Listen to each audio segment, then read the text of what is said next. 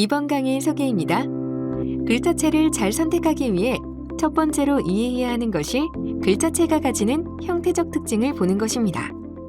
이번 시간에는 라틴 알파벳의 글꼴이 가진 형태에서 어떠한 특징을 중심으로 살펴봐야 하는지 이야기해 보겠습니다. 학습 목표. 라틴 알파벳 형태의 구성 요소를 설명할 수 있다. 라틴 알파벳의 형태적 특징을 구분하는 용어를 서술할 수 있다.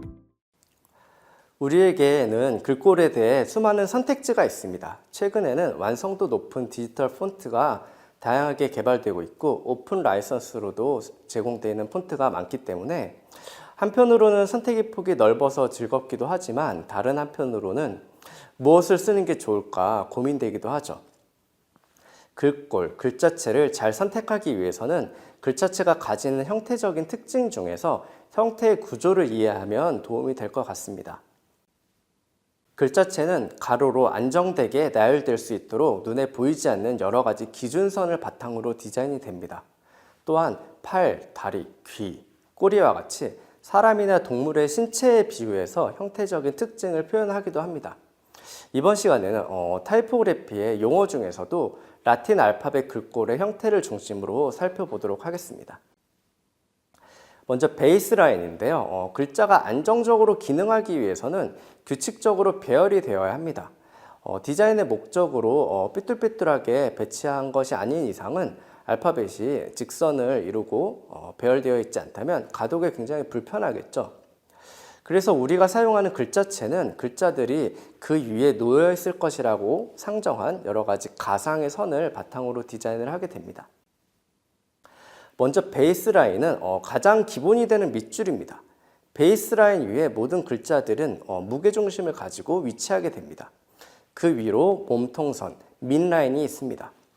소문자들의 몸통선 윗부분을 따라 이어지는 가상의 선으로 베이스라인과 밑라인 사이에는 A, C, E, M, N, U와 같은 글자가 딱 맞게 놓이게 되죠. 그리고 이 베이스라인과 밑라인 사이의 높이를 X자 높이라고 합니다. X 하이트라고 하는데요. 이 X자 높이는 글자의 몸통, 그러니까 글자 몸통의 시각적 크기를 가늠하는 데 굉장히 중요합니다. 같은 10포인트의 글자를 놓고 봤을 때 X자 높이에 따라서 우리 눈에 커 보이는 글자가 있고 부피가 작아 보이는 글자가 있는데요. 같은 키와 몸무게를 가진 사람 둘이 있다고 하더라도 몸의 비율이 서로 다른 것과 같은 이치라고 볼 수 있겠습니다. 소문자의 몸통을 기준으로 어센더와 디센더가 있습니다. 어센더는 B, D, H 등과 같은 소문자에서 윗선 위로 올라가 있는 획을 말합니다. X자 높이가 클수록 상대적으로 어센더는 짧아지는 경향이 있죠. 반대로 디센더는 P, Y, G 등과 같은 소문자에서 기준선 아래로 처지는 획을 말합니다. 디센더는 베이스라인의 아래로 내려가는 획인데요. 기준이 되는 베이스라인 위에 디센더가 놓이게 된다면 전체적으로 시각적인 무게중심이 흔들리기 때문에 그래서 베이스라인은 항상 소문자의 몸통이 놓여있는 자리라고 생각하는 것이 좋겠습니다. 어센더와 디센더는 세트로 기억해두면 좋을 것 같아요. 글자체의 속공간은 A의 안에서처럼 둘러싸인 둥근 부분, 그 안에 공간을 얘기합니다. 속공간이 중요한 이유는 글자체가 가지는 무게를 반영하기 때문인데요. 네모 안에 동그라미가 있습니다. 그 동그라미 안에 파인 속공간의 비중에 따라서 획의 두께뿐만 아니라 전체적인 시각적 무게가 바뀌는 것을 확인할 수 있겠죠.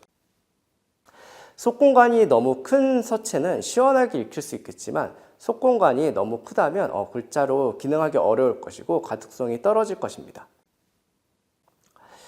우리가 글꼴을 선택할 때 가장 자주 선택의 기로에 놓이게 되는 것이 세리프와 산세리프입니다.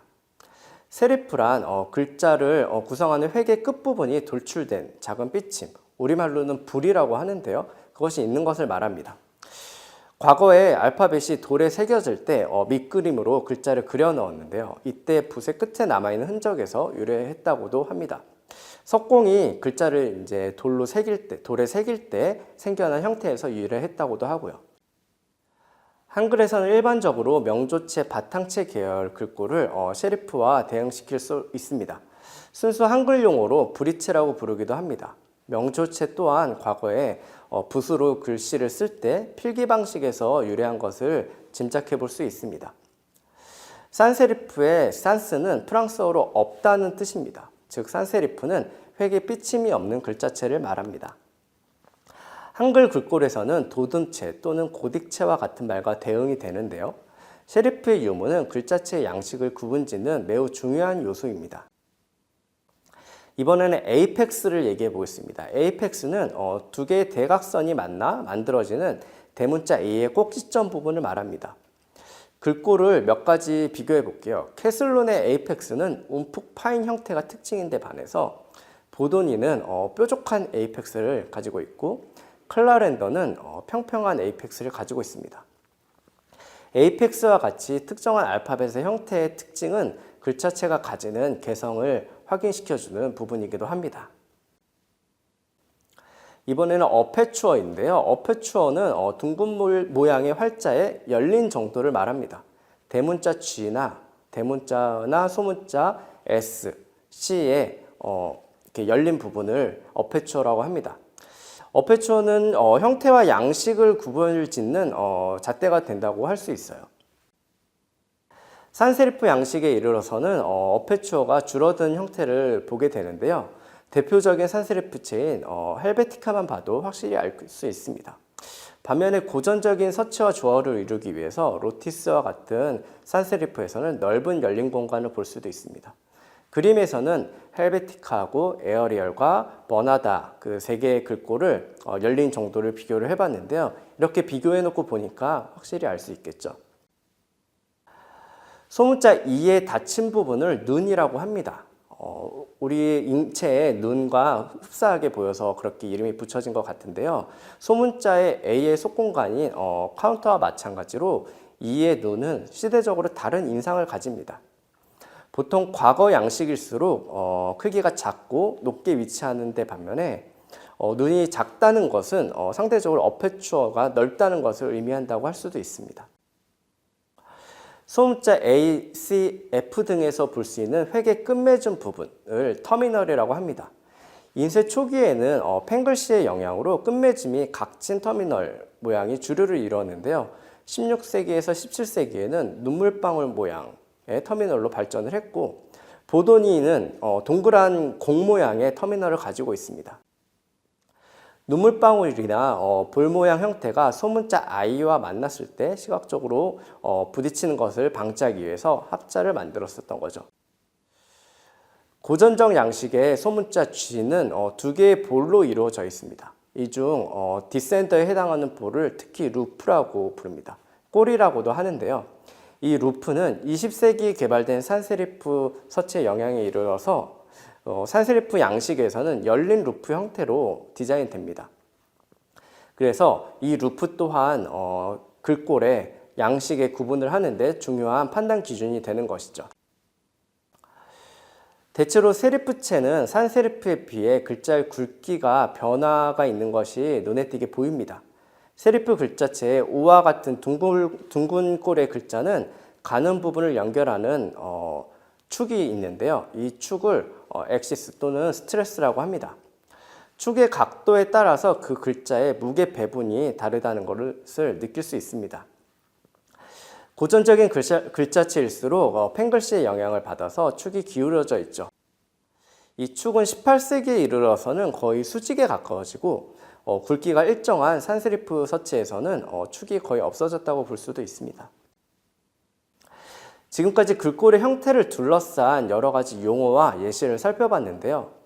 이렇게 글자체의 특정 요소는 시대적 양식을 구분하거나 글꼴의 개성을 파악할 수 있는 단서를 제공하고 있습니다. 세상의 글자체를 모두 파악하고 이해하는 것은 불가능하겠지만 어느 정도 시대적 배경과 대표적인 글자체의 특징을 이해하고 있다면 우리는 그 글꼴을 선택하는 데 있어서 많은 도움을 받을 수 있을 것 같습니다. 학습 정리 1. 라틴 알파벳 형태를 살펴볼 때 기준이 되는 요소는 베이스라인과 X자 높이이다. 2. 라틴 알파벳 형태를 구분짓는 대표적인 요소로는 어센더, 디센더, 속공간, 세리프, 산세리프, 에이펙스, 에퍼추어, 눈, 터미널, 볼, 루프, 축이 있다. 해당 영상에 사용된 자료 출처는 출처 목록 2주차에서 다운로드 가능합니다.